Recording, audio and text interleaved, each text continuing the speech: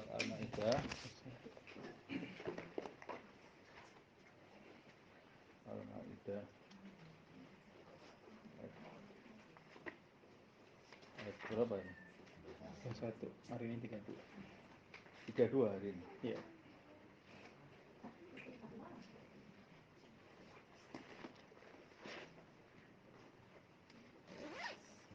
Kemarin tentang itu ya, Mengukur. tentang Ibnai Adam gitu ya. Naba Abnai Adam sudah kita bahas ya. Baik, kita lanjutkan ya. Bismillahirrahmanirrahim. Alhamdulillahirabbil alamin.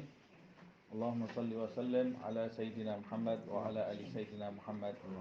Nawaina ta'allum wa ta'lim wa naf'a wal intifa' wa tadhakkur wa tadhkir wa naf'a wal intifa' wal ifadah wal istifadah wal hath ala tamassuk bi kitabillah wa sunnati rasulih wa du'a ila al-huda wa dalalah ala al-khair ibtigha'a wajhillah wa mardatihi wa thawabihi wa qurbihi subhanahu wa ta'ala. Kita lanjutkan kajian kita sampai di surat Al-Maidah ayat ke-32.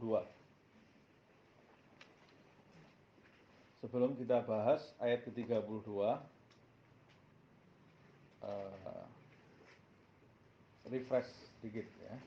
Di pertemuan yang lalu kita membahas ayat sebelumnya. Allah Subhanahu wa ta'ala menjelaskan tentang Naba Abnai Adam bil haq, berita tentang dua anak Adam yang benar gitu ya. Cerita yang benar, bukan cerita yang dikurang-kurangi atau cerita yang ditambah-tambah seperti yang terdapat di kitab-kitab selain Al-Quran yang sudah tidak otentik lagi. Ceritanya kadang-kadang ditambah-tambah atau dikurang-kurangi. Nah, yang disampaikan di dalam Al-Quran itu cerita yang otentik, cerita yang sebenarnya. Yaitu apa ceritanya? Ceritanya idh qarraba qurbanan fatuqbila min ahadihima wa lam yutaqabbal minal akhar. Ceritanya adalah ketika kedua anak Adam itu, yaitu Qabil dan Habil seperti yang disebutkan di tafsir, mendekatkan dua kurban kepada Allah Subhanahu wa ta'ala. Seperti yang disebutkan juga di dalam tafsir, dua kurban itu disodorkan. Ini saya ulang sedikit. Dua kurban itu disodorkan ketika Qabil ini akan dinikahkan oleh saudaranya Habil, dan Habil mau dinikahkan dengan saudarinya, maksud saya saudarinya Qabil, tapi Qabil itu tidak menerima apa yang sudah ditentukan oleh ayahnya, yaitu Adam alaihissalam. Nah, dia menginginkan dia menikahi adiknya sendiri karena di masa itu belum ada syariat seperti syariat sekarang ini. Seperti yang saya jelaskan, karena di masa itu hanya ada keluarganya Nabi Adam, tidak ada keluarga yang lain. Jadi saudara boleh menikahi saudarinya sendiri di masa itu.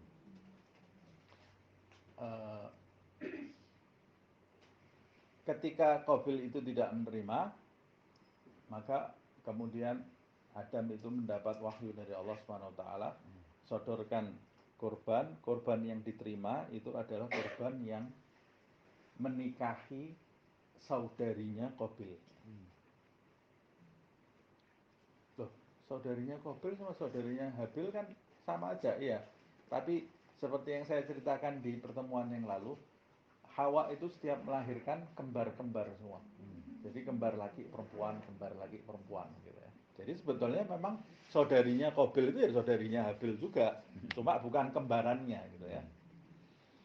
Nah, ternyata yang diterima korbannya Habil, karena memang Habil ini memiliki tabiat yang baik, memiliki perangai yang baik. Dia memiliki ketakwaan kepada Allah Subhanahu wa ta'ala, dan korban itu diterima bukan karena korbannya, tapi karena orang yang berkorban itu bertakwa kepada Allah Subhanahu wa ta'ala, seperti yang disebutkan di dalam ayat la yanallahu luhumuha wala dima'uha walakin yanaluhut taqwa minkum. Daging darah kurban yang kamu cacarkan itu tidak sampai kepada Allah Subhanahu wa taala. Tapi yang sampai kepada Allah adalah ketakwaan dari kalian.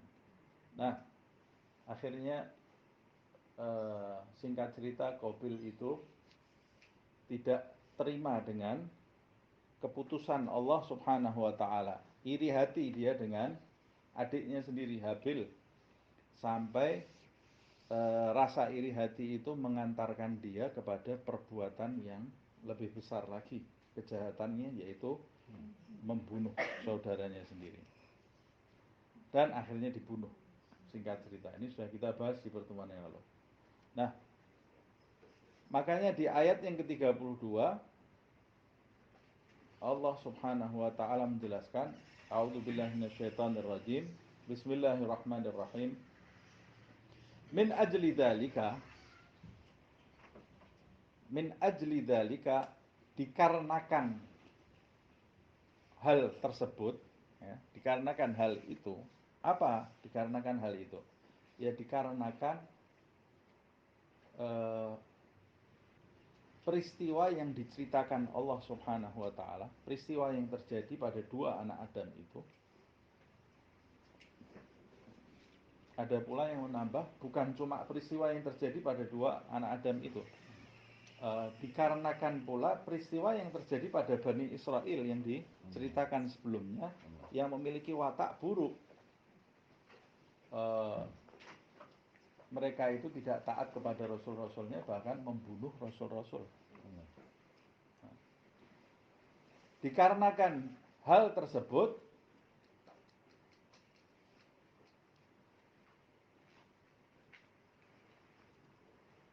min ajli itu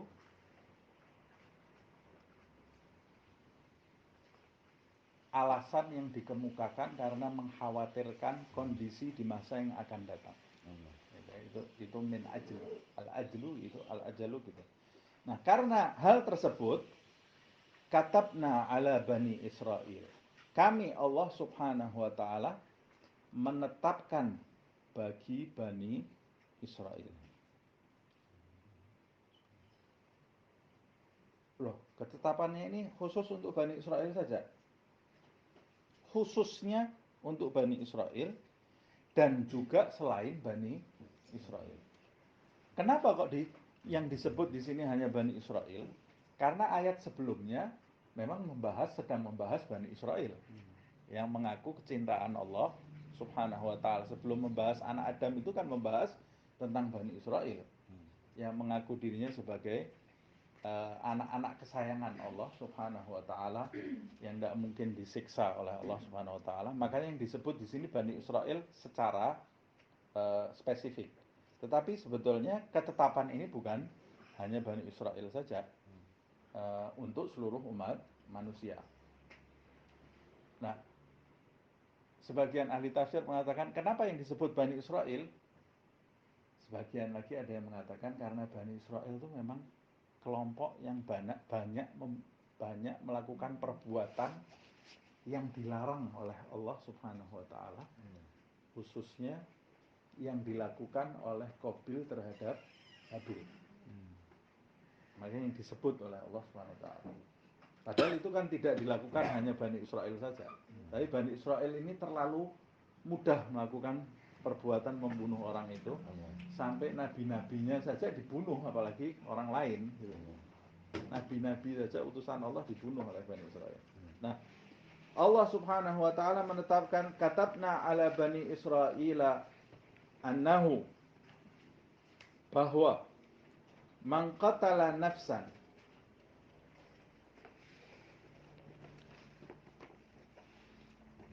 bighairi nafsin, man qatala nafsan bighairi nafsin, barang siapa membunuh satu jiwa tanpa ada jiwa tandingan yang dibunuh, tanpa ada jiwa lain yang dibunuh oleh orang yang dibunuh itu. Maksudnya, siapa yang membunuh satu jiwa tanpa alasan, yang dibunuh itu tidak bunuh, yang dibunuh itu tidak melakukan pembunuhan. Berarti secara tidak langsung kalau kita membunuh orang yang membunuh itu dibolehkan. Tapi walaupun tidak membunuhnya semena-mena ya, kan harus ditegakkan hukum, ada bukti, harus ada pengadilan. Kalau orang itu terbukti membunuh, kita boleh membunuh. Tapi yang dimaksud oleh Allah SWT dalam ayat ini, qatala nafsan bighairi nafsin. Siapa yang membunuh orang bukan karena orang itu membunuh orang lain. Au fasadin, atau bukan karena orang itu berbuat kerusakan di muka bumi. Kamu bunuh orang itu padahal orang itu tidak berbuat kerusakan di muka bumi. Berbuat kerusakan di muka bumi itu bisa merampok, mencuri, atau menindas suatu kaum, atau bisa juga menteror, menakut-nakuti sekelompok kaum. Nah, orang-orang yang seperti ini yang berbuat kerusakan atau membunuh orang, kerjanya membunuh orang atau merampok atau mencuri, ditetapkan oleh Allah Subhanahu wa taala hukumnya. Ada hukumnya sendiri.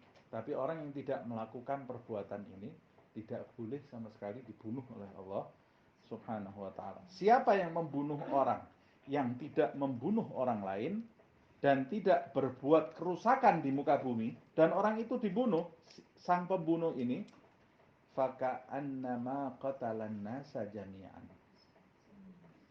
Seakan-akan si pembunuh itu membunuh seluruh umat manusia. Nah, jadi siapa yang membunuh orang tidak berdosa, singkatnya itu ini supaya difahami gitu ya. Siapa yang membunuh orang yang tidak ada dosanya, maka dia seakan-akan membunuh seluruh umat manusia. Nah, ini apa yang dimaksud membunuh seluruh umat manusia? Padahal kan yang dibunuh cuma satu. Allah Subhanahu wa taala mengatakan membunuh umat manusia seluruhnya. Bahkan Allah mengatakan waman ahyaha faka'annama ahyan nasa jami'an. Siapa yang menghidupkan, maksudnya di sini menghidupkan adalah memelihara kehidupan satu jiwa. Siapa yang memelihara kehidupan satu orang, ahyaha itu memelihara kehidupannya. Faka'annama ahyan nasa jami'an, maka dia seakan-akan memelihara kehidupan seluruh umat manusia. Nah, ayat ini ditafsirkan banyak sekali oleh para ahli tafsir. Di antaranya berkaitan dengan pahala. Maksudnya siapa yang bunuh satu orang itu pahalanya seperti siapa yang bunuh satu orang itu dosanya seperti bunuh seluruh umat manusia. Yang memelihara hidup satu orang pahalanya seperti memelihara hidup seluruh umat manusia. Ada lagi yang menafsirkan ini tidak berkaitan dengan pahala dan dosa, tapi berkaitan dengan kehidupan sosial manusia. Manusia ini kan makhluk sosial. Dia tidak bisa hidup sendiri. Dia terikat dengan manusia, itu terikat dengan manusia yang lain. Dan bahkan tidak ada manusia hidup kecuali dia hidup dari manusia juga. Setiap orang di antara kita ini hidup karena jasa dua manusia, ibu dan bapak kita. Wujud kita itu disebabkan manusia yang lain, dan hidup kita juga disebabkan manusia yang lain, walaupun ketentuan tetap ada di tangan Allah Subhanahu wa taala, tapi Allah menggunakan manusia yang lain memelihara manusia yang lain. Dan manusia pasti harus seperti itu hidupnya, tidak bisa hidup sendiri. Jadi cerita yang manusia dipelihara serigala, bohong semuanya, tidak bisa manusia. Lahir dipelihara ibu bapaknya aja ada yang sakit-sakit kan, mau dipelihara serigala ya. Manusia dipelihara monyet ya mati, dipelihara monyet. Dipelihara bapak ibunya saja ada yang patah tulang, ada yang jatuh, ada yang Saya bohong itu. Manusia itu harus terikat dengan manusia. Harus terikat dengan manusia. Dan nonton anak film itu. Hah? Filmnya ada. Kan ada filmnya. Bukan. Tarsan. Filmnya ada. Iya. Janggal. Kemudian manusia itu kalau hidup di dunianya saja dia terikat dengan manusia yang lain, apalagi kehidupan akhiratnya. Allah. Kehidupan dunia saja manusia itu tidak bisa hidup dengan sendirinya. Insyaallah. Untuk mencapai ketentraman, kebahagiaan di dunia ini, manusia ini harus bareng-bareng. Nah, apalagi untuk kehidupan akhirat. Jadi tidak ada manusia itu bisa lolos masuk surga sendiri, tidak ada. Tidak ada. Manusia bisa dapat petunjuk sendiri, tidak mungkin. Manusia itu lolos masuk ke surga nanti, hidup dia mendapat petunjuk dari Allah Subhanahu wa taala harus terikat dengan manusia yang lain. Allah. Makanya di dalam surat Al-Fatihah kita mengulang-ulang terus ihdinas siratal mustaqim siratal ladzina, terikat dengan orang lain kan? Siratal ladzina an'amta alaihim. Ya Allah, beri kami petunjuk jalan yang lurus, jalannya orang-orang yang telah Engkau beri nikmat. Terikat. Kita ini tidak bisa dapat petunjuk sendiri. Jadi tidak ada orang saya sudah berada di jalan yang lurus. Dari mana kamu tahu jalan yang lurus? Otodidak. Tidak mungkin. Orang yang belajar otodidak tidak mungkin dia bisa sampai ke jalan yang lurus. Harus belajar dari orang. Allah. Harus menimba dari orang, harus berguru dari orang. Nah, saya katakan tadi untuk kehidupan dunia saja harus berkumpul manusia ini, apalagi untuk kepentingan akhirat. Nah,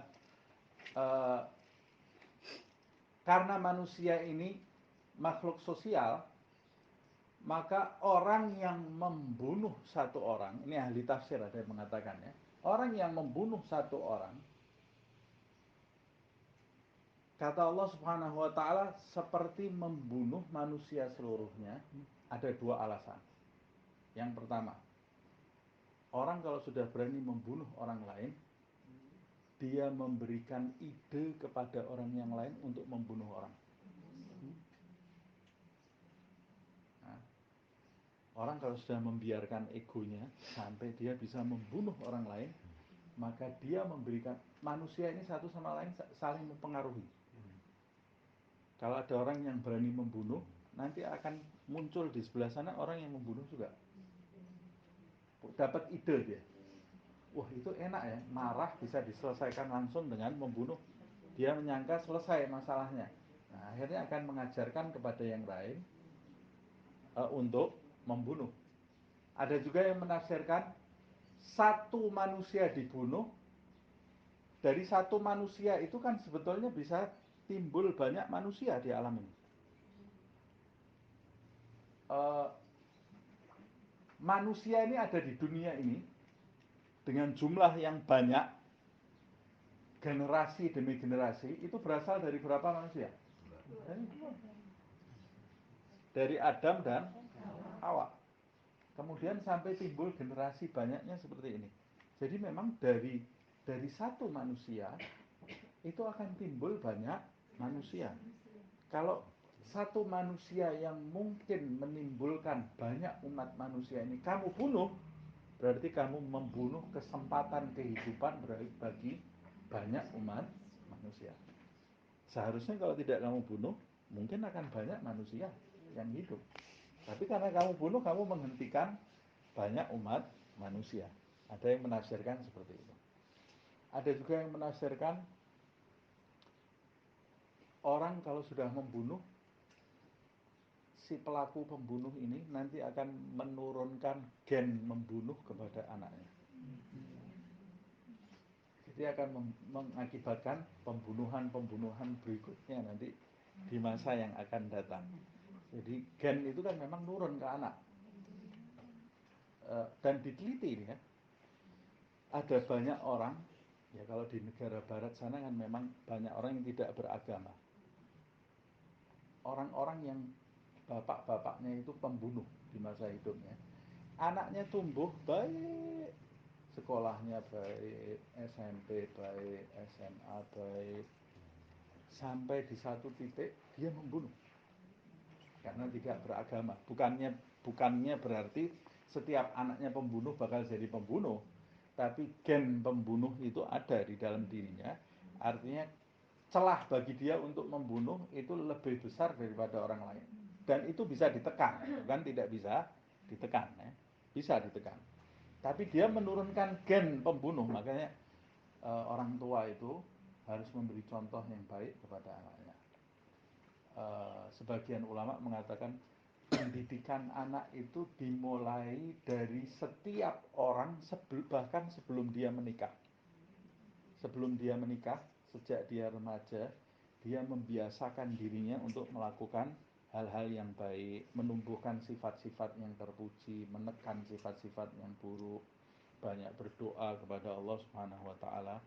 Nah, nanti sifat-sifatnya yang baik itu nurun kepada anak-anaknya. Anaknya ini akan lebih mudah melakukan sifat yang baik, walaupun kalau dia tidak berusaha ya tidak sampai juga ke sifat yang baik, tapi akan lebih mudah karena ada sifat-sifat baik yang diturunkan oleh orang tuanya.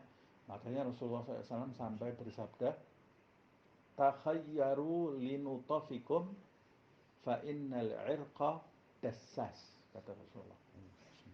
Pilihlah tempat untuk sperma kalian. Maksudnya kalau mau kawin, pilihlah wanita yang baik-baik. Loh, berarti wanita tidak milih laki yang baik-baik? Ya juga sama. Pilihlah tempat yang baik untuk mani kalian, kata Rasulullah SAW. Takhayyaru linutafikum. Apa kata Nabi? Kenapa ya Rasulullah? Fa innal irqa dassas. Karena gen itu menyusup kepada anakmu nanti, menyelinap. Jadi sifat tabiat itu nurun. Sayangnya ilmu tidak nurun. Kalau ilmu nurun enak juga. Ada teman saya tidak belajar, waktu di pondok dulu tidak belajar. Belajar, bapak kamu ustadz besar, belajar kamu. Tenang, kan ada ucapannya al ilmu nurun, kata dia.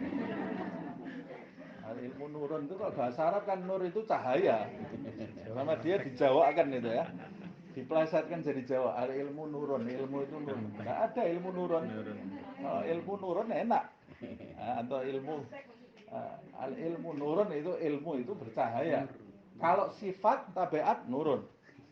Tapi kalau ilmu tidak nurun, itu yang disebut al ilmu nurun, itu ilmu adalah cahaya. Wa nurullah la yu'ta 'alal 'asi. Dan cahaya Allah itu tidak akan diberikan kepada ahli maksiat. Artinya kalau dia mau jadi orang berilmu yang bermanfaat, ya jangan bermaksiat kepada Allah Subhanahu wa taala. Tapi kalau tabiat itu nurun. Nah, atas dasar ini sebagian ahli tafsir menafsirkan kenapa Allah menyebutkan di dalam ayat ini, siapa yang membunuh satu orang, maka seakan-akan dia membunuh semua umat manusia. Dan siapa yang menjaganya, memelihara satu kehidupan, maka seakan-akan dia memelihara kehidupan semua umat manusia. Ya berarti penafsirannya kebalikannya. Kalau kamu memelihara kehidupan satu umat manusia, satu, tafsir yang pertama, kebalikannya yang tadi ya, kamu akan memberi ide kepada manusia lain untuk memelihara kehidupan orang lain. Jadi maksudnya Allah itu mau menjelaskan, berikan contoh yang baik di dunia ini. Karena kalau kamu memberikan contoh yang buruk, ada yang niru keburukan kamu, MLM. Nanti setiap yang niru keburukan kamu itu, kamu dapat dosanya terus. Sama seperti Qabil. Qabil itu yang pertama kali memberi ide membunuh bagi seluruh umat manusia. Maka dia seakan-akan punya tanggung jawab atas setiap pembunuhan yang terjadi di alam ini. Dia punya tanggung jawab. Dia punya andil. Satu, karena dia memberi ide. Dua, karena dia menurunkan gen pembunuhan kepada umat manusia. Tiga, coba Habil itu tidak dibunuh oleh Qabil, mungkin akan banyak keturunan orang soleh di muka bumi ini. Bayangkan, Habil itu solehnya luar biasa, tapi dia menutup berapa banyak umat manusia dibunuh. Walaupun itu semua kan sebetulnya sudah takdir dari Allah Subhanahu wa ta'ala. Nah, siapa yang membiarkan manusia hidup atau memelihara kehidupan satu orang, maka dia memberi ide yang lain, satu. Yang kedua, maka dia akan merawat banyak kehidupan keturunan satu orang yang dia rawat, itu kehidupannya. Nah, bagaimana memelihara kehidupan orang? Memelihara kehidupan orang itu maksudnya menyelamatkan orang dari kematian.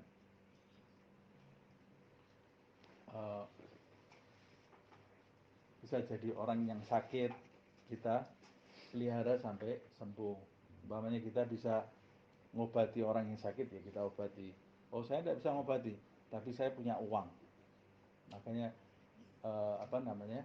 sedekah membantu orang yang sedang dalam kondisi sakit untuk berobat, itu pahalanya luar biasa nih. Lihat kata Allah Subhanahu wa taala, faka'annama ahyan nasa jami'an. Pahalanya besarnya luar biasa. Sedekah itu bukan buat masjid toh. Masjid itu sudah banyak. Ada berapa masjid ini di Kampung Hutan aja, ada berapa masjid? Ada banyaknya luar biasa. Yang sholat banyak enggak? Enggak. Yang sholat cuma satu shaf, setengah shaf. Apalagi kalau subuh 6 orang. Nah, 6 orang yang 2 sujud tidak bangun-bangun tidur. Ketiduran. Nah, jangan masjid aja. Nah, itu ada orang mau berobat, khususnya di zaman seperti sekarang ini ya. Ada orang sakit mau berobat, tidak bisa berobat. Perhatikan, kamu memelihara hidup seseorang itu pahalanya sangat besar. Pahalanya sangat besar. Nah, kalau kamu bisa ngobati, obati. Kalau kamu tidak bisa ngobati, keluarkan sedekah supaya dia bisa berobat. Nanti dari satu orang yang kamu selamatkan ini, apalagi kalau yang sakit itu orang soleh.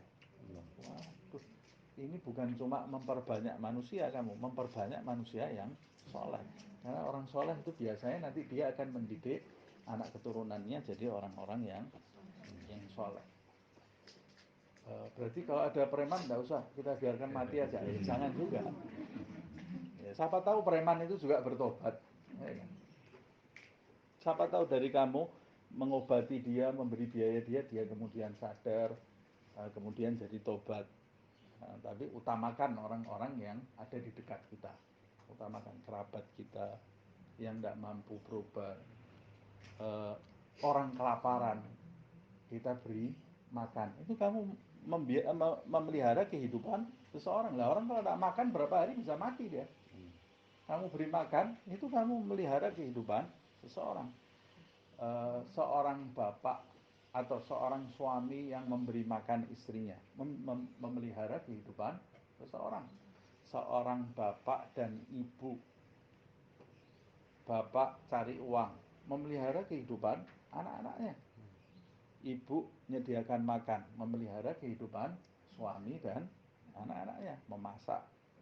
Bahkan tidak bisa makan uang, uangnya harus jadi makanan dulu. Yang bisa buat makanan ibu ini di dapur. Nah, niatkan, ya Allah, saya ingin memelihara kehidupan suami saya, memelihara kehidupan anak-anak saya. Waktu ada tetangga antri masakan, ya Allah, saya ingin memelihara kehidupan tetangga saya niatkan, pahalanya besar. Niatkan, ada paku di jalan, ya Allah, saya ingin memelihara kehidupan umat manusia. Membuang sampah di tempatnya, ya Allah, saya ingin memelihara kehidupan manusia. Dan melakukan hal-hal yang lain. Umpamanya kita sakit, wah sakitnya menular ini, saya diam dulu di rumah, tidak mau keluar saya. Kenapa? Saya ingin memelihara kehidupan manusia. Pahalanya besar. Pahalanya besar, menjaga kehidupan orang lain. Nah, Allah Subhanahu wa ta'ala menjelaskan ayat ini pelajaran khususnya untuk Bani Israel dan pelajaran untuk kita semua. Waman ahyaha faka'annama ahyan nasa jami'an. Walaqad ja'atuhum rusuluna bil bayyinat. Nah, ini Allah menyebut secara spesifik ini untuk Bani Israel. Telah datang kepada mereka. Kepada siapa? Bani Israel. Ini bukan untuk semua ini ya. Ja'athum rusuluna. Bukan satu rasul, tapi rusul. Rusul itu jamaknya rasul. Kalau rasulun itu satu, utusan. Kata jamaknya rusulun. Telah datang kepada Bani Israel itu utusan-utusan kami. Bil bayyinat, dengan keterangan-keterangan yang jelas, keterangan-keterangan yang nyata. Summa inna katsiran minhum ba'da dzalika fil ardi la musrifun. Tapi di kemudian hari sebagian besar dari mereka, katsiran minhum berarti sebagian besar dari Bani Israel. Kalau ada katsiran minhum berarti yang baik-baik ada juga. Yang baik itu ada, tapi yang baik sedikit. Sebagian besar dari Bani Israel itu ba'da dzalika, setelah semua keterangan rasul-rasul itu, rasul-rasul itu datang memberi keterangan yang nyata, tapi setelah mereka mendengarkan keterangan dari rasul itu, sebagian besar dari mereka dan di banyak generasi Bani Israel itu fil ardi la musrifun. Mereka musrif. Musrif itu melampaui batas. Mereka melampaui batas di muka bumi ini. Apa melampaui batas? Menyimpang dari ajaran Rasul, mendustakan ajaran Rasul, menyakiti utusan-utusan Allah Subhanahu wa taala, memutarbalikkan fakta. Jadi rusak bumi ini atas ulah mereka. Bahkan yang paling parah, mereka membunuh utusan-utusan Allah. Di antaranya yang kita tahu Nabi Yahya dibunuh, Nabi Zakaria dibunuh, Nabi Isa rencananya dibunuh tapi gagal.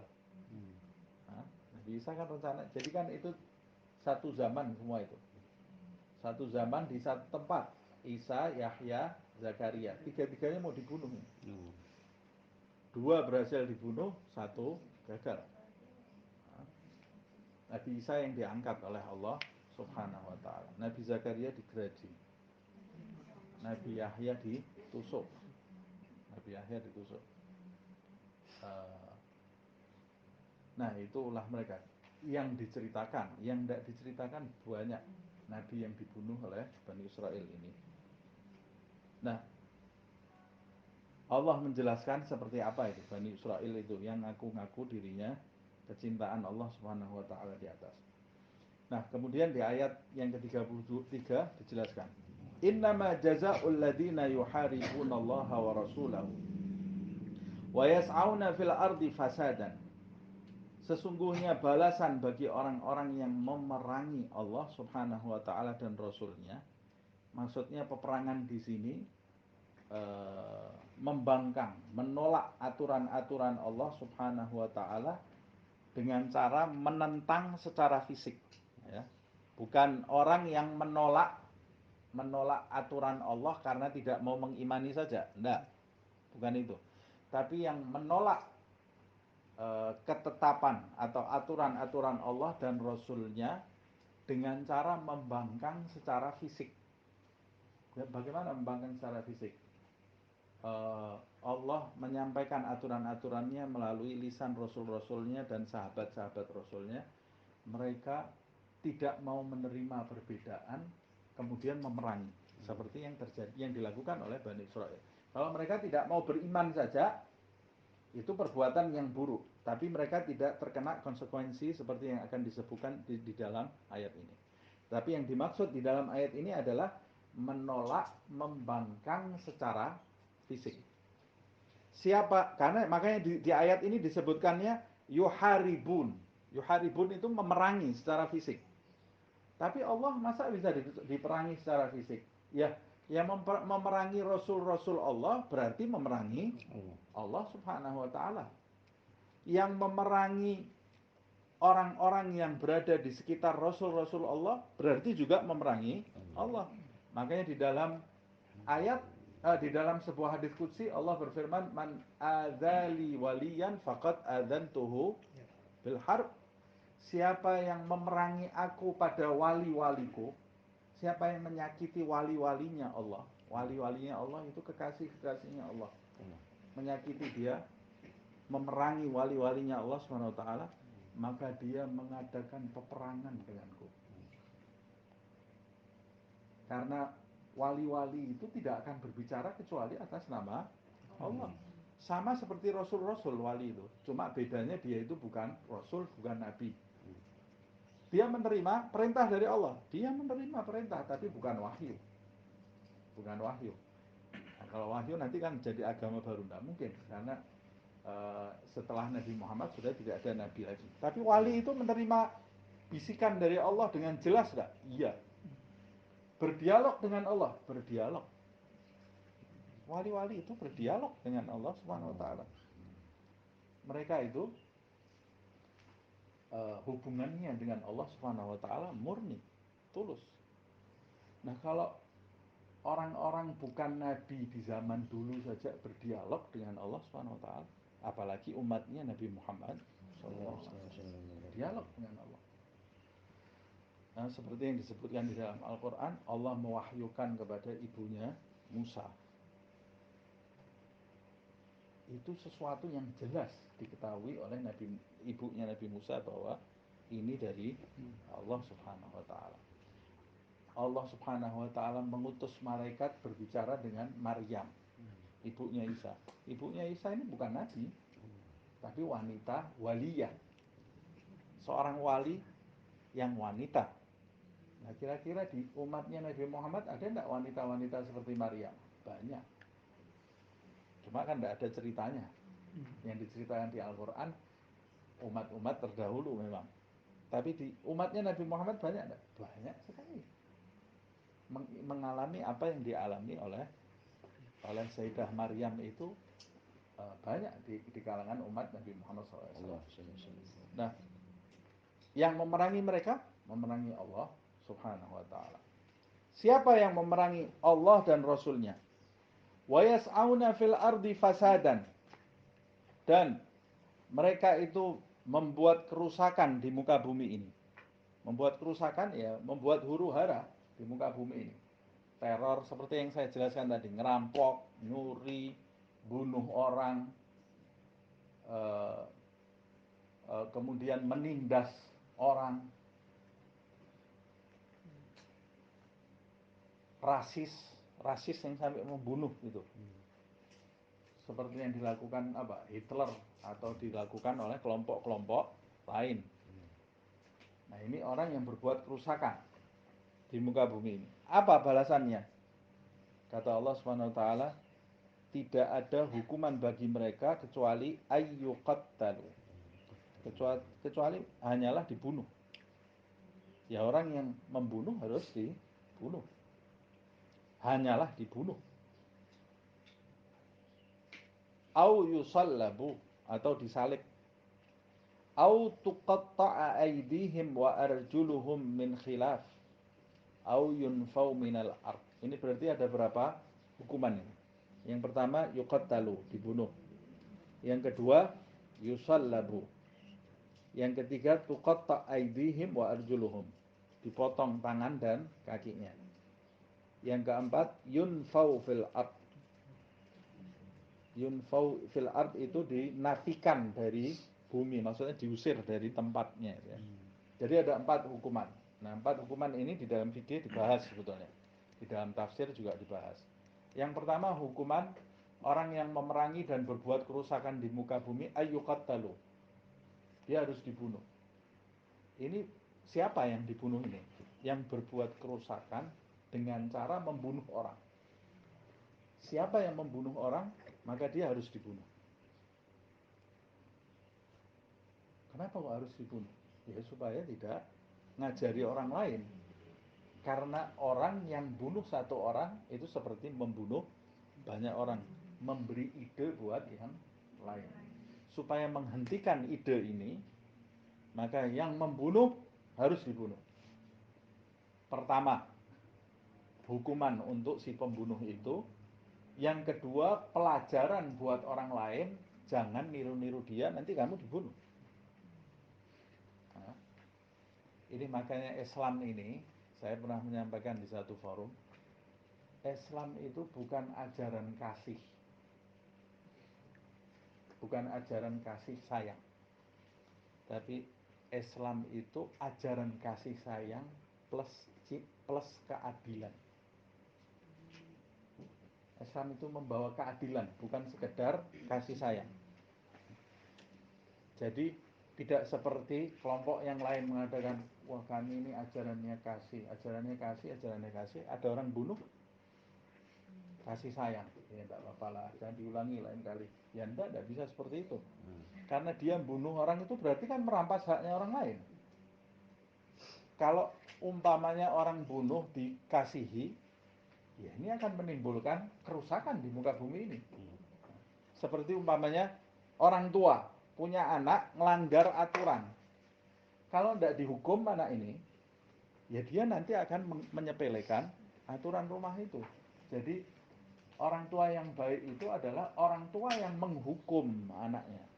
Ketika anak itu tidak komit dengan aturan, harus merasakan hukuman. Tapi dia menghukum bukan karena bengis kan? Dia menghukumnya juga karena cinta. Dia menghukum karena cinta. Orang tua yang tidak komit dengan aturan, tidak menegakkan aturan di rumahnya, anaknya akan tumbuh jadi orang yang tidak kenal aturan. Dia akan mengulang kesalahan berkali-kali. Dan kalau dibiarkan dari kesalahan yang kecil sampai nantinya menjadi kesalahan yang besar, dia tidak akan bertanggung jawab. Mulai dari kecil, itu mulai dari kecil. Anak itu dididik, kalau sudah besar, sudah aku, kalau dia sudah nyebut aku, ya sudah susah. Nah, makanya sebelum dia nyebut dirinya aku, nah, itu kan ada pelajarannya, ya, ada pelajaran pendidikan itu. Makanya kalau orang mau menikah atau orang yang sudah menikah, belajar cara mendidik anak, karena menikah itu bukan sekedar menikah, tapi menikah itu punya tanggung jawab yang besar. Seperti yang dijelaskan di dalam ayat tadi ini ya, kamu berbuat baik untuk satu anak aja di rumah kamu, itu kamu nanti kamu sedang menciptakan kelompok besar manusia yang baik. Kamu melalaikan anak kamu di rumah, kamu akan menciptakan sampah di masyarakat. Karena keburukan orang-orang buruk yang ada di luar itu berasal dari rumah-rumah yang orang tuanya memberi celah kepada anaknya untuk melakukan perbuatan yang tidak baik. Kata guru saya, anak itu tidak salah. Yang salah itu bapak dan ibu yang memberi celah kepada anak untuk rusak. Anak itu tidak salah. Pada umumnya ya, walaupun ada juga anak yang bapak ibunya dari kecil sudah didik, ya sudah nasib itu namanya ya. Dia condongnya memang kepada hal-hal, makanya saya katakan tadi, pertama itu kalau mau dapat keluarga yang baik dari sebelum nikah, memelihara diri, banyak doa kepada Allah Subhanahu wa taala, waktu nikah milih. Jangan semua orang datang diterima. Jangan lihat parasnya. Kata Rasulullah SAW, khususnya wanita ini kan, dipilih nasabnya karena uangnya, karena nasabnya. Terus karena apa? Rupa. Hah? Rupa. Karena jamal, kecantikannya. Karena kecantikannya. Tapi kata Rasulullah SAW, fadfar bidzatid din. Pilihlah wanita yang dekat dengan agama. Apa yang wanita yang dekat dengan agama itu yang seperti apa sih? Wanita atau laki-laki yang dekat dengan agama itu yang seperti apa? Ini banyak yang rancu juga loh.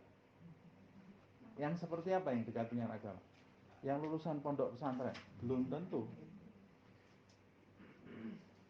Waktu itu ada orang tanya saya, ini biar keluarga saya jadi baik, saya nikahkan sama lulusan pesantren. Loh, bagus, saya bilang. Dia dekat dengan agama enggak? Saya tanya. Loh, ya lulusan pesantren kok. Loh, belum tentu lulusan pesantren itu dekat loh dengan agama. Bisa jadi dia Dia ini hafal Quran, hadis, tapi dia tidak mengamalkan semua itu. Ya dia bukan Zatuddin. Bukan Zatuddin. Ini banyak orang yang rancu. Dia itu padahal tahu loh ilmu. Kok jadi gitu ya? Ya wajar. Wajar ada. Makanya Rasulullah SAW mengatakan ada ulama su. Ulama su itu apa? Yang teori agamanya semua di kepala. Hafal. Tapi prakteknya nul. Jadi apa yang dimaksud Zatuddin? Zatuddin itu seseorang wanita yang mempraktekkan agamanya di dalam kehidupan. Apa yang dimaksud mempraktekkan agama? Timbul pertanyaan lagi. Ini banyak yang rancu juga. Ada orang menganggap orang yang baik itu yang sholat terus, ngaji terus, zikir terus. Orang yang baik itu, orang yang mempraktekkan agama itu adalah orang yang menjaga hak Allah di dalam hidupnya dan hak seluruh makhluk. Itu orang yang beragama. Itulah orang yang beragama. Kalau dia sholat duha, sholat tahajud, tapi mulutnya nyakiti orang, nah, itu bukan Zatuddin, bukan orang yang beragama. Sebaliknya, sama orang baik, sama orang senyum, tidak pernah sholat, nah bukan Zatuddin. Nah, berarti Zatuddin yang dimaksud oleh Nabi itu siapa? Mereka adalah orang-orang, wanita-wanita yang menjaga hak Allah di dalam dirinya, di dalam hidupnya, dan menjaga hak makhluk Allah. Itu wanita yang beragama. Wah, nyarinya agak susah zaman sekarang. Tapi kan kita bisa menyimpulkan dari penampilannya. Maksudnya dari penampilannya gimana? Ya, kita tanya-tanya sebelum memilih seorang wanita buat diri kita atau buat anak kita, atau seorang wanita sebelum memilih calon laki-lakinya buat dirinya atau buat putrinya. Tanya kepada orang yang dekat dengan orang itu, ini gimana? Akhlaknya bagaimana? Orang ini semangat enggak dalam hidup bekerja? Apa gampang putus asa? Males enggak? Kalau sudah males jangan dipilih. Nah, orang males ini penyakit paling berat ya. Sudah suruh apa-apa males gitu. Wah, pusing kita kok itu. Mager ya, bahasa sana mager. Mager. Nah, gulingin sana, gulingin sini. Mau pindah badannya sendiri aja males. Waduh, pusing. Kumpul semua orang. Diajak kemana-mana ngelemer gitu ya, telat terus. Nah, milih itu orang yang semangat hidup. Semangat, tidak gampang putus asa. Ini idealnya kan seperti ini ya. Ya, tapi manusia pasti ada kekurangannya di sana sini. Terus yang kedua, berakhlak. Yang punya akhlak nomor satu.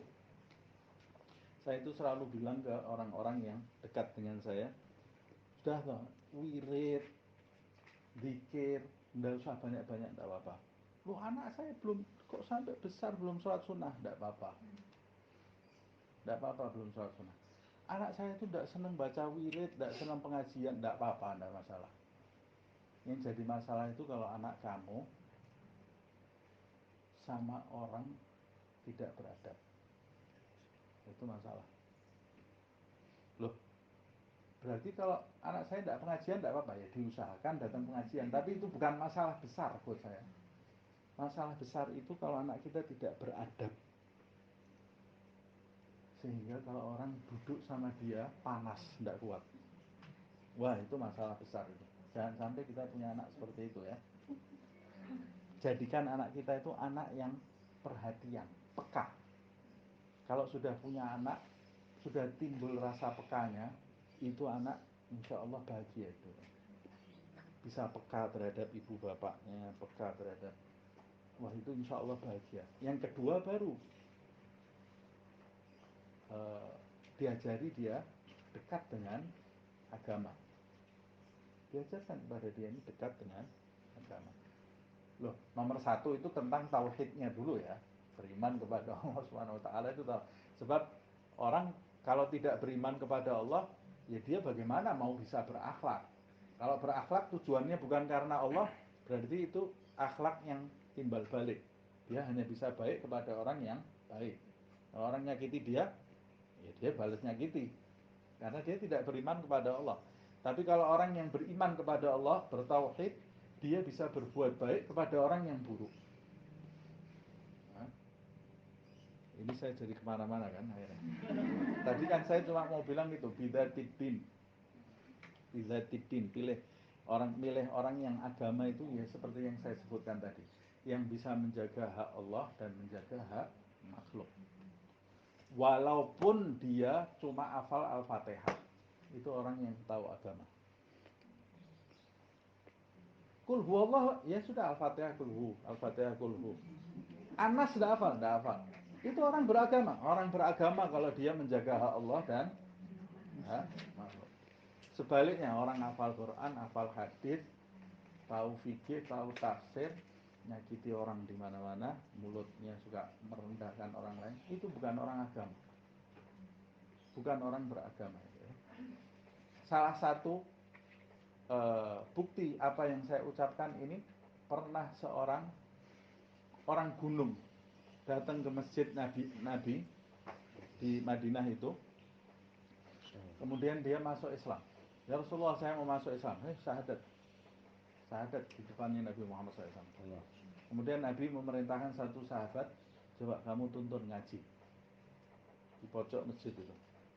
Diajari oleh sahabat ini yang dibacakan surat Al-Qari'ah.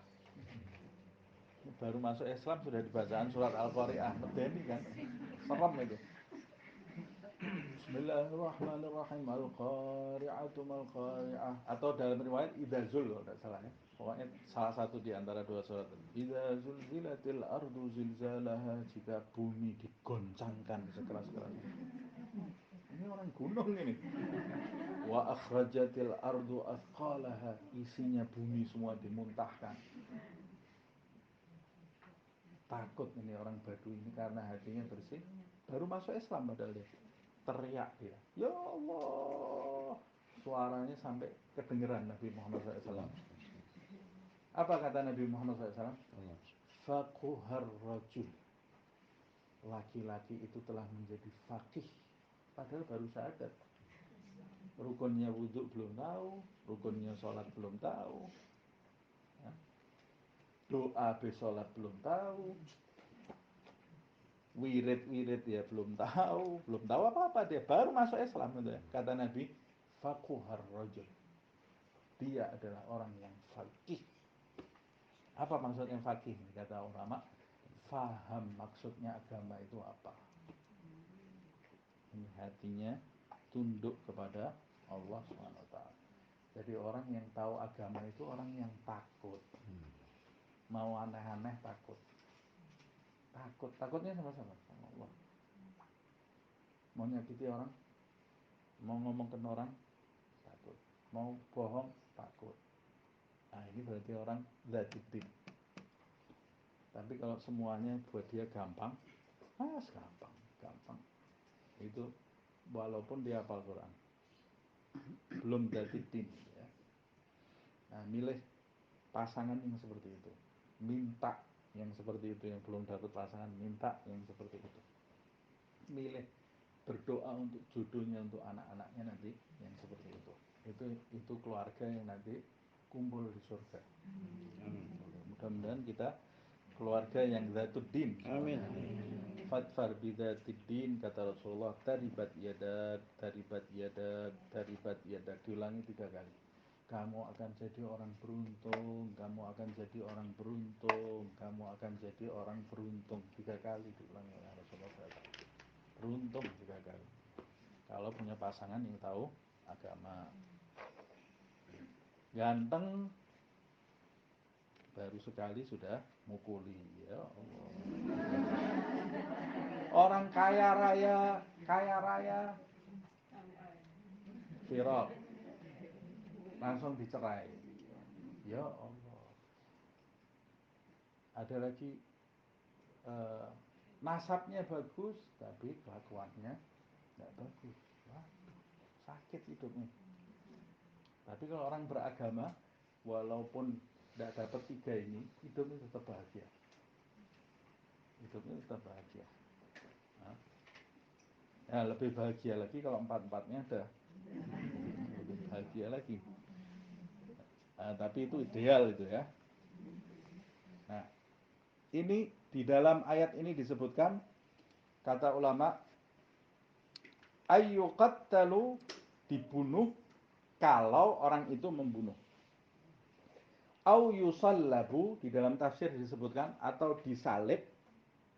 Kalau disalib ini di dalam tafsir dan fikih disebutkan jika orang itu membunuh dan merampok. Bukan cuma sekedar membunuh, sudah membunuh, merampok, menteror, disalib. Disalib itu diapakan? Kalau dibunuh kan dipenggal, selesai. Kalau disalib itu kakinya diikat dan tangannya diikat di tiang, di tiang. Nah, kalau Imam Syafi'i dibunuh dulu, baru kemudian disalib. Kalau dia bunuh, merampok, gitu ya, dibunuh dulu di pengadilan, kemudian disalib. Apa tujuannya disalib? Supaya peringatan buat setiap orang yang lewat. Ini ahli orang yang suka neror orang, ngerampok, bunuh, seperti ini. Untuk menjaga kehidupan masyarakat. Pertama, pelajaran buat orang-orang lain supaya tidak nyontoh. Yang kedua, untuk menunjukkan di masyarakat bahwa kalian sekarang sudah aman. Yang suka ngerampok ini loh, sekarang sudah ada di sini. Nah, disalib sampai berapa hari, kemudian baru dikuburkan. Nah, sebagian orang kan memandang, wah kejam Islam. Lebih kejam kalau itu tidak dibegitukan. Karena berapa banyak orang yang bersalah, peraturan itu tidak ditegakkan, orang yang baik-baik hidupnya jadi rusak. Jadi rusak. Yang kejam itu yang tidak menegakkan peraturan. Itu orang yang kejam. Nah, yang kemudian au tuqatta'a aydihim wa arjuluhum min khilafin. Ini sebagian ahli tafsir mengatakan untuk orang yang mencuri tapi tidak membunuh. Merampok atau mencuri tapi tidak membunuh. Bagaimana orang yang tidak membunuh tapi mencuri dan merampok? Tuqatta' aydihim wa arjuluhum. Dipotong tangan-tangan mereka dan kaki-kaki mereka min khilafin, secara berlawanan. Jadi kalau yang dipotong tangan kanan sama kaki kiri ya. Kalau yang dipotong tangan kiri sama kaki kanan. Apa hikmahnya? Hikmahnya supaya dia bisa jalan. Walaupun tidak ada tangan sama kakinya bisa jalan. Kalau yang dipotong tangan kanan sama kaki kanan, tidak bisa jalan lagi dia. Mau pakai itu apa? Tongkat itu gimana pakai tongkat? Jatuh dia. Tapi kalau yang dipotong tangan kanan sama kaki kiri, berarti kan kaki kanannya itu bisa berjalan, tangan kirinya bisa menahan. Nah, bisa menahan, itu hikmahnya. Ya, kaki kirinya bisa diganti dengan tongkatnya itu. Diganti dengan tongkat. Nah, tapi ini di ayat kan disebutkan aidihim wa arjuluhum. Berarti kan tangan-tangan dan kaki. Berarti itu karena jamak orang-orang yang tangan-tangan mereka jadi jamak semuanya. Ada juga yang mengatakan tangan-tangan itu ya tangannya pencuri satu itu. Kalau dia ngulangi, ya sudah tangannya yang satu diputus, kakinya yang satu diputus. Tidak punya tangan, tidak punya kaki. Itu berarti orang yang memang hobinya maling. Sudah diputus, mesti maling lagi, itu berarti hobinya maling, penyakit itu. Mencuri itu kan tidak serta-merta diputus juga. Ini kayak membunuh, menyalip, mencuri itu bukan hukum massa ya. Ada orang, kemudian kita lihat ada orang mencuri, kemudian kita ambil, ayo potong. Kan tidak bisa.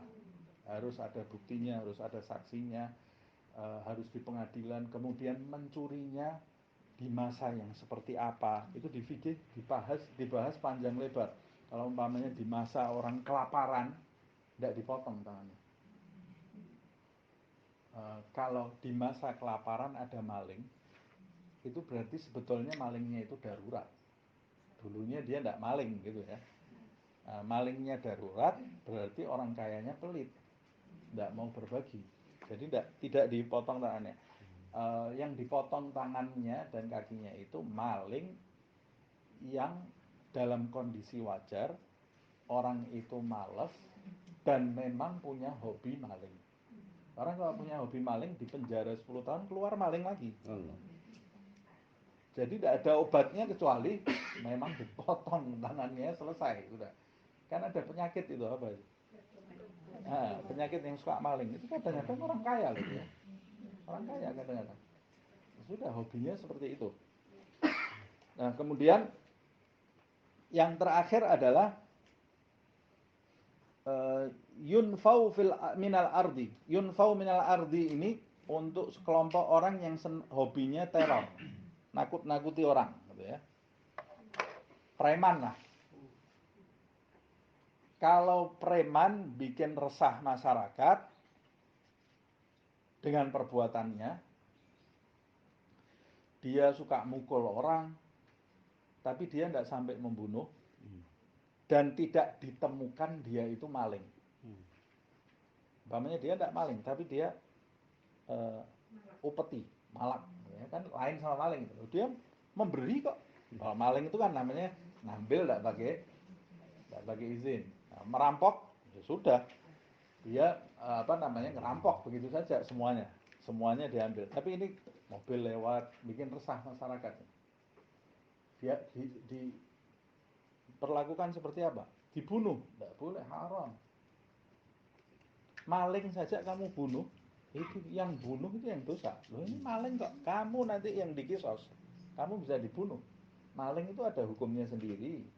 Bunuh itu orang yang bunuh orang. Nah, kalau ini cuma sekedar membuat resah, yunfau fil ardi itu diusir dari kota itu. Diasingkan. Nah, diasingkan ini bisa jadi diusir dari kota itu, bisa jadi dipenjara. Nah, ini konsep penjara itu sebetulnya dari ayat ini ya. Sebagian orang ahli tafsir menyimpulkan penjara itu buat orang-orang yang teror, yang meneror orang, yang membuat resah masyarakat, masukkan penjara. Ini tapi dengan keputusan hakim. Di penjara berapa tahun supaya dia jera tidak mengulangi perbuatannya.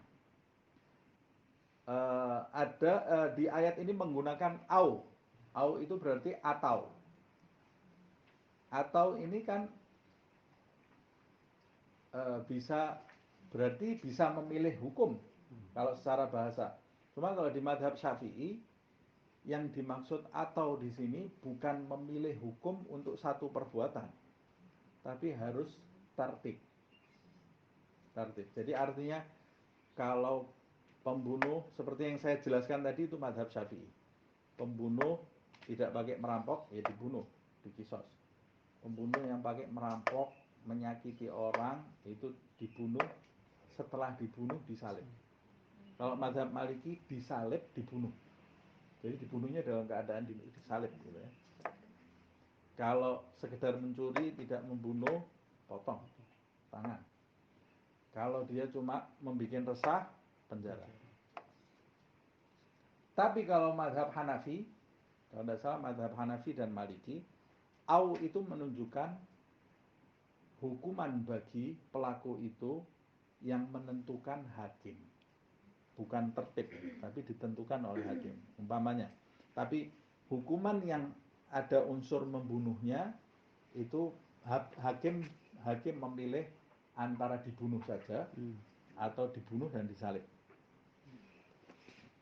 Hukuman yang tidak ada membunuhnya bagi orang yang mencuri atau tukang palak membuat resah, yang milih hakim juga antara dipotong tangannya atau di penjara.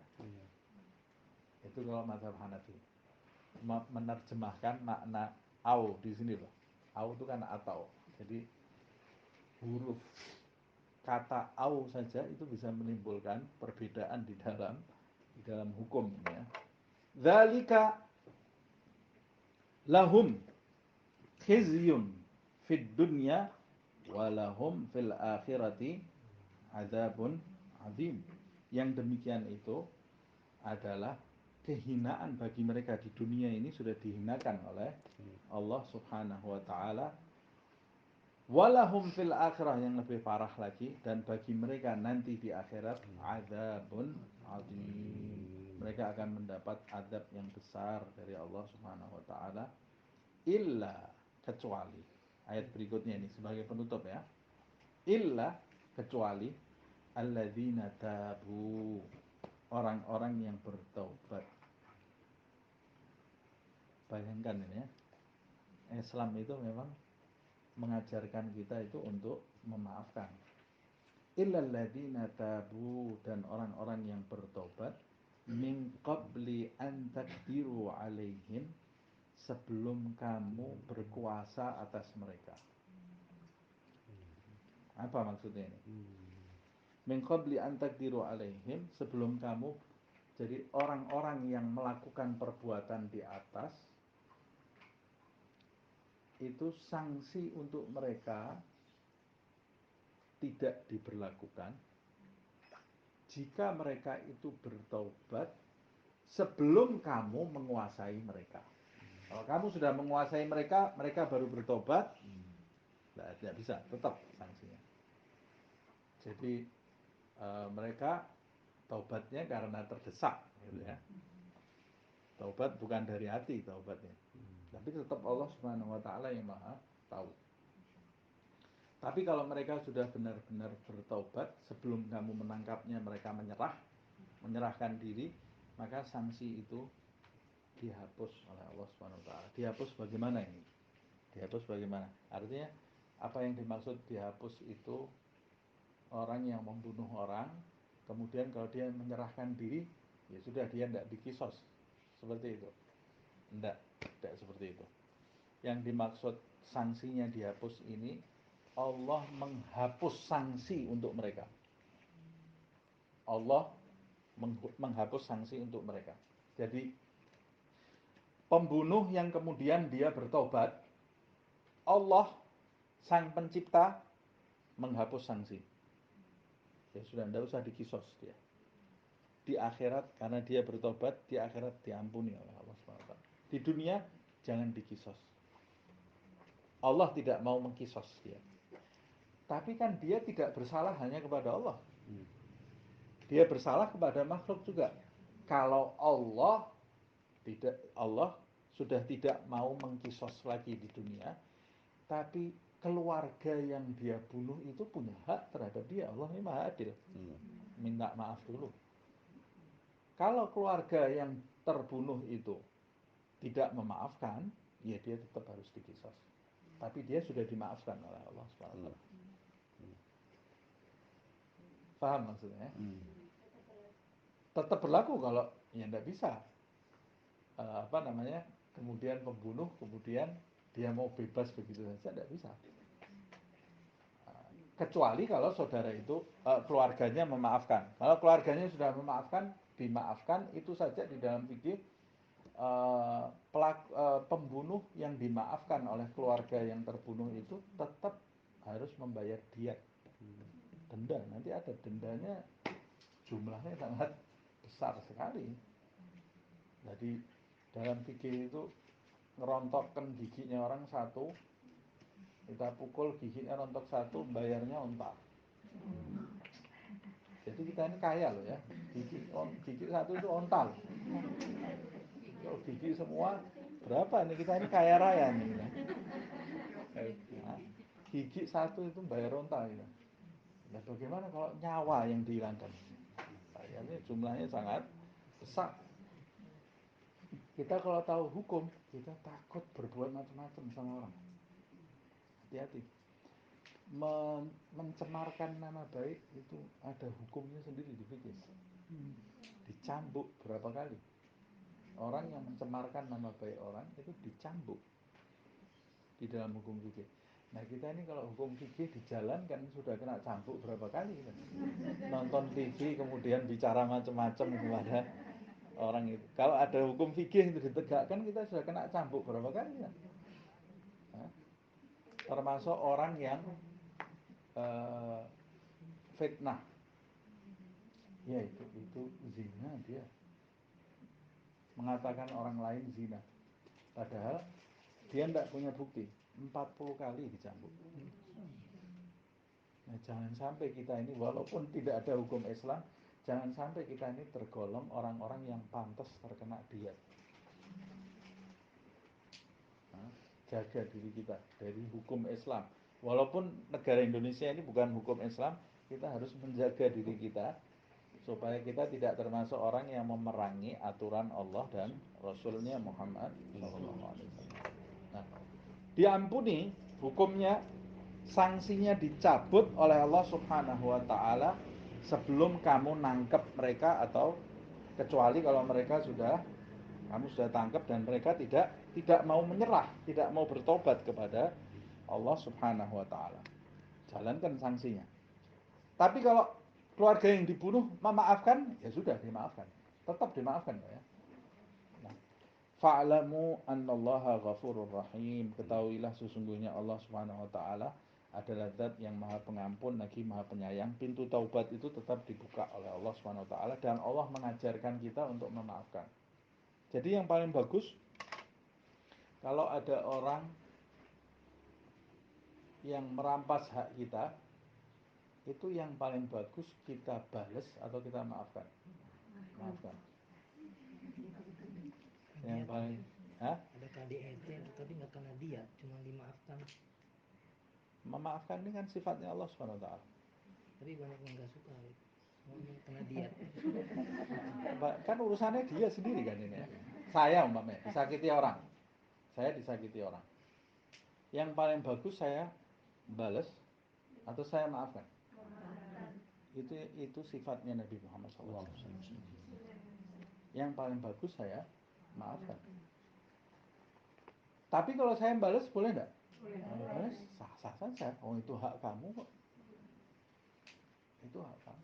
Tapi kalau yang namanya membalas itu berarti harus padan. Kalau kamu membalasnya lebih, kamu berubah menjadi zalim. Makanya dalam riwayat disebutkan berapa banyak orang yang dizalimi nanti di akhirat berubah menjadi zalim. Tadinya dia dizalimi terlebih dahulu, tapi berubah menjadi zalim. Karena dia balasnya 2 kali lipat. Nanti yang tadinya mendolimi dia itu justru berubah jadi dizalimi. Berubah jadi dizalimi. Nah, tapi ajaran Islam, ajaran Allah Subhanahu wa taala, ajaran Nabi Muhammad SAW itu adalah tetap memaafkan, ajaran memaafkan. Nabi Muhammad saja pada waktu Fathul Mekah itu ada, kalau tidak salah, saya lupa ya, di dalam sirah itu ada 8 orang kalau tidak salah. Lainnya semua dimaafkan oleh Rasulullah SAW. Termasuk Abu Sufyan itu datang ke Nabi, masuk Islam kan. Kata ahli sejarah kan pertama masuk Islamnya itu Abu Sufyan terpaksa karena takut. Tapi setelah itu dia juga menjalankan Islam lah. Itu dimaafkan oleh Nabi Muhammad SAW. Dan seluruh penduduk Mekah waktu itu dimaafkan semua oleh Rasulullah SAW. Dalam sejarah disebutkan kecuali 8 orang. 8 atau 10 orang saya lupa ya. Nanti ditengok lagi di dalam kitab sejarah. 8 orang itu disebut namanya oleh Nabi, bunuh mereka walaupun bergantung di pintu Ka'bah. Karena ini orang-orang ini sudah kelewat batas, sudah melampaui batas. Yang diganggu ini haknya banyak orang dan mulutnya kotor. Indikasi baik itu tidak ada. Indikasi baik tidak ada. Ini kata Rasulullah, yang saya sebut ini bunuh walaupun bergelantung di pintu Ka'bah. Pegangan pintu Ka'bah itu bunuh, kata Rasulullah SAW. Kan Nabi waktu masuk Mekah, siapa yang masuk Ka'bah aman, siapa yang masuk rumahnya aman, siapa yang masuk ke rumah Abu Sufyan aman, kecuali namanya orang-orang yang disebut oleh Nabi. Tapi walaupun Nabi sudah memberi ultimatum seperti itu, dari 8 atau 10 orang yang disebut namanya oleh Nabi, yang dibunuh, yang dieksekusi oleh sahabat, bukan Nabi yang eksekusi ya, yang dieksekusi oleh sahabat itu hanya 2 orang. Sisanya, orang kalau mau dibunuh, itu harusnya dia lari atau enggak? Sisanya ini datang ke Nabi Muhammad SAW. Karena dia datang ke Nabi itu, kenapa kok dia berani datang? Padahal Nabi yang memerintahkan untuk dieksekusi. Karena dia tahu Nabi ini pemaaf. Datang ke Nabi ya dimaafkan oleh Nabi Muhammad SAW. Ada yang minta syafaat, diantaranya kan ada saudaranya Sayyidina Utsman, kerabatnya Sayyidina Utsman yang kurang ajarnya luar biasa waktu itu. Datang digandeng sama Sayyidina Utsman masuk ke kemahnya Nabi Muhammad SAW, dimaafkan oleh Rasulullah. Ada yang datang masuk ke Rasulullah SAW di kemah, gemetar badannya, dimaafkan oleh Nabi Muhammad SAW. Ada yang nyuruh istrinya, jadi ini mau dibunuh, Nabi memerintahkan dia dibunuh, dia ke istrinya ngajak ngelarikan diri, ayo kita lari aja ke Yaman. Loh, kalau enggak ini ketemu orang Islam pasti dibunuhnya. Kata istrinya, saya enggak mau pindah ke Yaman. Nah, terus bagaimana nanti mati kita? Sudah saya. Kata istrinya, saya tak datangi Muhammad SAW. Istrinya datang ke Nabi Muhammad, dimintakan maaf, dimaafkan oleh Rasulullah SAW. Dimaafkan semua oleh Nabi Muhammad SAW. Jadi yang tidak dimaafkan itu karena belum sempat minta maaf, kebunuh. Sudah nasibnya jadi ya. Nasibnya. Nah itu sampai seperti itu loh ajaran Islam itu. Nah kita ini juga harus jadi orang yang pemaaf. Harus jadi orang yang pemaaf. Tapi kalau kesalahannya kepada orang lain, bukan kepada kita, ya kita harus menentukan, menjatuhkan hukuman. Kecuali kalau orang itu yang disalahi memaafkan, baru kita juga ikut memaafkan. Nah ini pelajaran yang bisa kita petik. Kalau minta denda boleh Nabi. Misalnya minta bayaran sekian, Ditentukan hakim. kan di Indonesia nggak ada hakim, seperti diatnya nggak ada. Nggak bisa. Nggak bisa. Nggak bisa. Itu kan yang menentukan hakim. Sekarang ada orang mukul saya umpamanya. Kalau saya mau menentukan, kecuali kalau orang itu sadar. Orang itu sadar ya, mengaku ke saya. Mengaku ke saya bahwa dia minta maaf, kemudian saya tidak akan memaafkan kamu sebelum kamu memberi saya A, B, C. Sesuai dengan kitab fikih. Nah itu mungkin bisa ya. Tapi kalau umpama ada orang datang ke saya, tidak ada hukum, tidak ada siapa-siapa, bukan hukum Islam, kemudian dia bilang ke saya, rajam saya baru zina, bisa enggak? Ya bisa jadi fitnah itu kan, bisa jadi fitnah. Jadi kita tidak bisa berbuat sesuatu yang tidak ada keputusan resminya gitu ya. Itu bisa jadi fitnah nanti di masyarakat. Jadi alangkah baiknya memang kalau ditentukan oleh seorang hakim. Atau kalau tidak ada hakim di pengadilan, paling tidak tokoh masyarakat yang diakui oleh penduduk setempat. Supaya seperti, jadi penduduk setempat semuanya sepakat harus menggunakan cara ini. Seperti di Aceh umpamanya. Aceh itu kan ditegakkan syariat di situ ya. Nah berarti bisa dia dilakukan hukum Islam itu karena disepakati. Atau biaya rumah sakit juga boleh itu Habib. Oh maksudnya kalau umpamanya ada orang salah kepada kita, mukul, ya sudah saya maafkan, bayari ini, tidak ada masalah. Bisa. Lebih baik daripada kita balas, lebih baik kita ini perbaiki aja yang sudah kamu rusak ya. Lebih baik seperti itu. Saya kira sampai di sini ya. Ya. Kalau misalkan ada orang kan nggak sengaja nabrak, itu kan nggak mungkin sengaja nabrak. Ada seorang itu nabrak, itu kan sebenarnya bukan salah dia karena orang ini nggak lihat ketika jalan. Dia kan kemudian tembak ini atau itu. Padahal dia juga nggak, posisi tidak di depan, tapi kelempar. akhirnya meninggal. Apakah ketika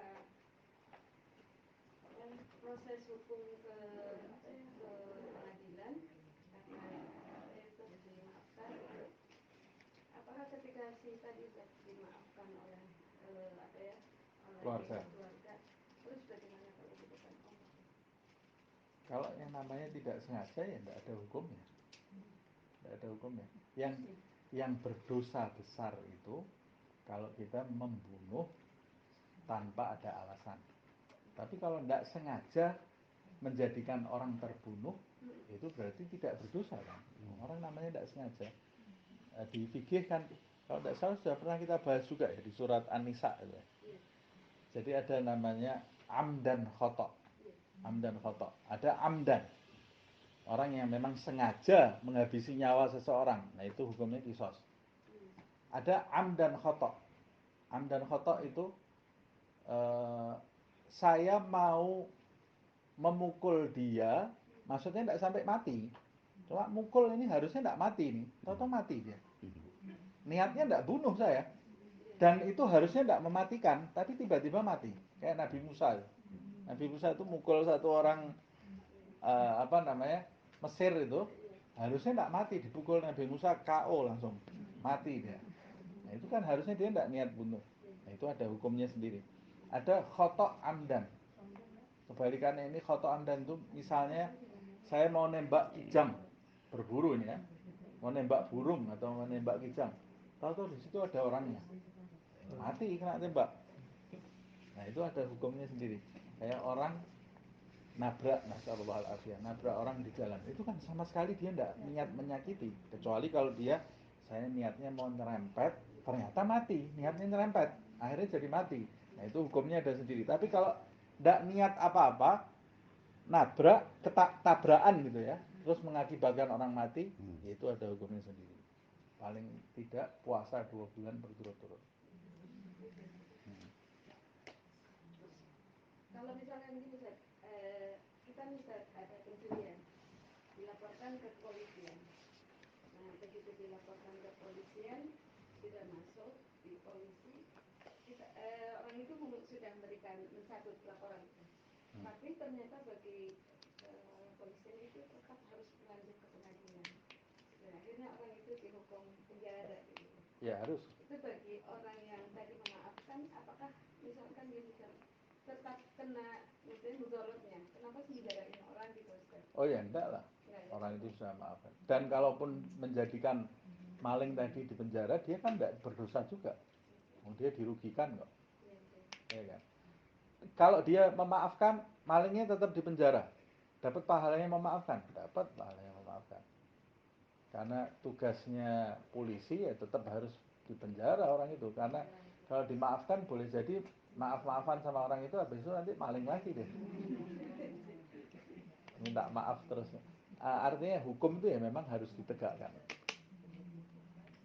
Harus ditegakkan. Makanya sampai orang yang membunuh orang itu keluar, walaupun keluarganya yang terbunuh itu memaafkan, sang pembunuh ini, si pembunuh ini kan tetap harus bayar diat. Harus bayar diat ya.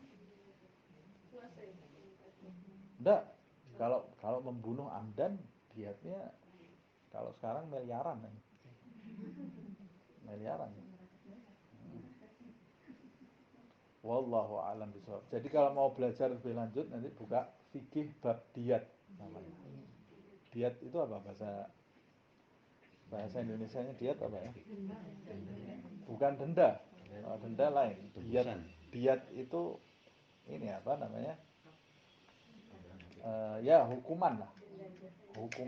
Hukuman dunia gitu ya bagi pelaku.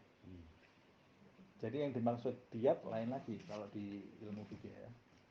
Nanti dibuka itu ada pelajaran khusus gitu. Pelajaran khusus. Jadi fikih itu ada bab ibadah. Fikih itu ada 3. Bab ibadah, munakahah, sama muamalah. Nah kita ini kan selama ini belajar fikihnya ibadah, terus bab air, bab sholat, bab ini apa namanya haji, baru ibadah, terus bab muamalahnya tidak pernah buka-buka kita. Padahal setiap hari kita kan muamalah. Ada muamalah itu ada munakahah, mubayaah, ada jual beli, ada pernikahan, ada warisan, ada diat itu tadi ya, ada diat. Nah itu semua dirinci di dalam Islam. Orang kalau tahu hukum, ya dia tidak akan aneh-aneh di muka bumi ini ya. Nah, satu ucapan itu ada hukumnya semua. Satu ucapan yang kita lontarkan kepada orang. Wallahu a'lam bishawab. Semoga Allah SWT memahamkan kita ilmu Amin. agama, menjadikan kita termasuk orang-orang yang zatuddin. Begitu juga keluarga kita, anak keturunan kita. Amin ya rabbal alamin. Ya Rabbana a'tarafna بأننا اعترفنا وأننا أسرفنا على لظى أسرفنا فتب علينا التوبة تغسل لكل حوبة واستر لنا الأورات وأمين الروآت واغفر لوالدينا ربي ومولودنا والآل والإخوان وسائر الخلان وكل ذي محبة أو جيرة أو صحبة والمسلمين أجمع آمين ربي اسمع فضلا وجودا منا لا باكتساب منا بالمصطفى الرسول نهضى بكل سول بالمصطفى الرسول نهضى بكل سول بالمصطفى الرسول نهضى بكل سول صلى وسلم ربي عليه عد الحب وآله وصحبه عدد صحبه والحمد لله في البدء والتناهي. اللهم وبحمدك أشهد أن لا إله إلا أنت أستغفرك وأتوب إليك. سبحان ربك رب العزة عما يصفون وسلام على المرسلين والحمد لله رب العالمين.